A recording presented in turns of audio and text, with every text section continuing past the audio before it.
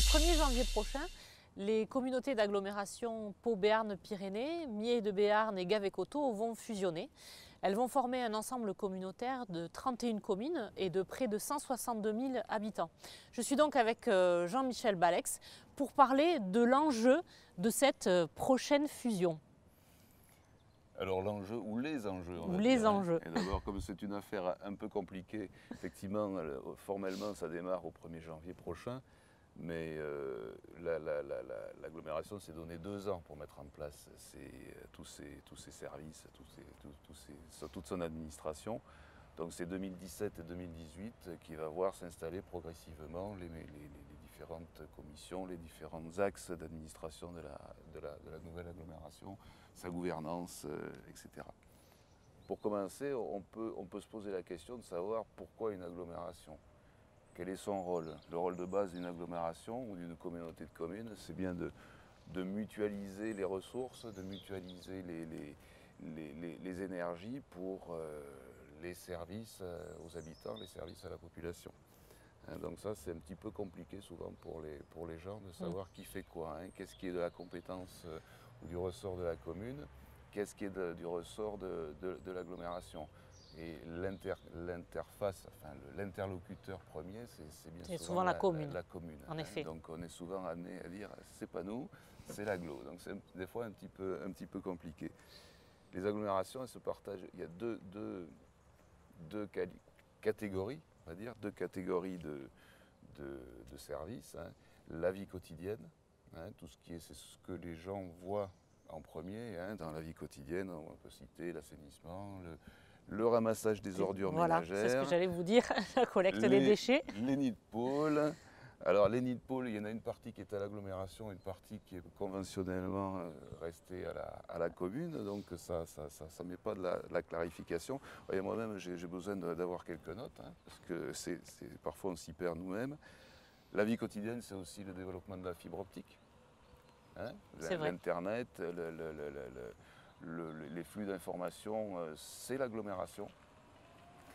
Les crèches, l'organisation des crèches, ça peut être l'agglomération ou la commune, ça dépend des cas. Et puis les communautés d'agglomération, elles ont aussi une responsabilité plus structurante, c'est-à-dire c'est l'organisation générale du territoire, ça touche à l'urbanisme, on parle en ce moment du fameux PLUI, en effet.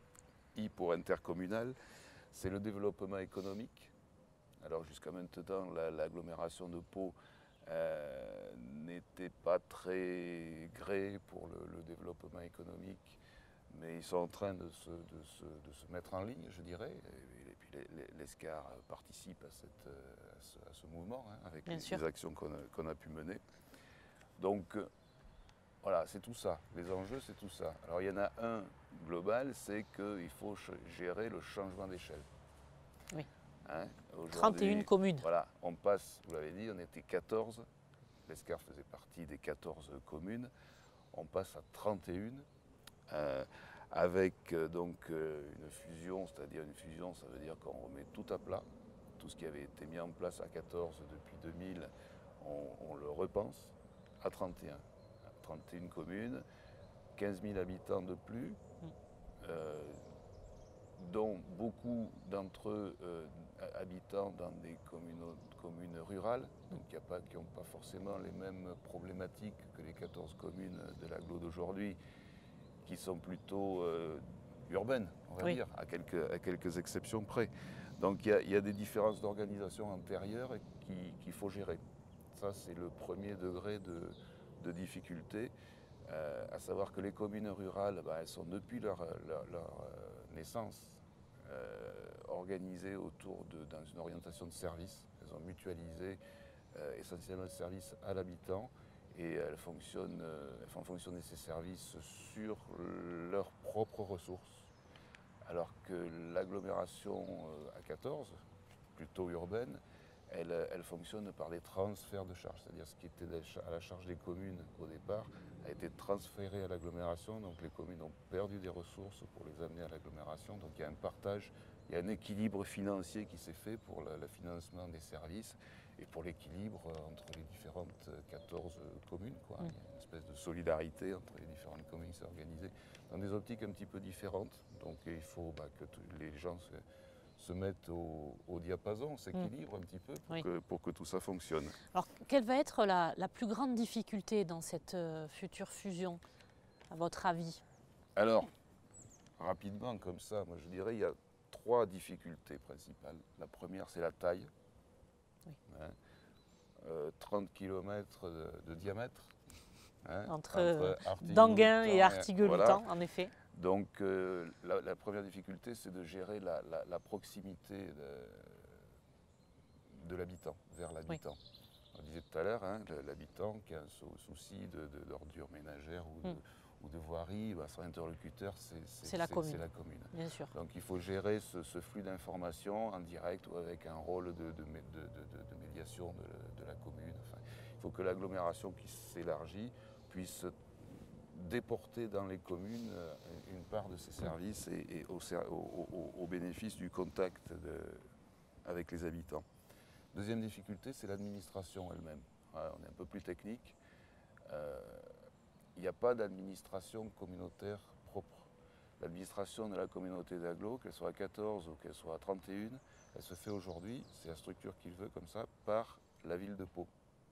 Donc il y a une proximité technique entre les services de la ville de Pau et les services de l'agglomération qui font qu'il peut y avoir un déséquilibre et il y a une complication à gérer. C'est-à-dire qu'il faut que les services de la ville de Pau, ils se disent chaque fois qu'en fait, ils ne travaillent pas pour la ville de Pau seulement, mais ils travaillent aussi pour les 31 communes. Et ça, c'est, malgré toute leur bonne volonté, ça peut être un peu compliqué. Puis après, derrière, la dernière difficulté, c'est la place de l'Escar dans tout ça. C'est peut-être aussi une conclusion ou un objectif que nous, on peut avoir.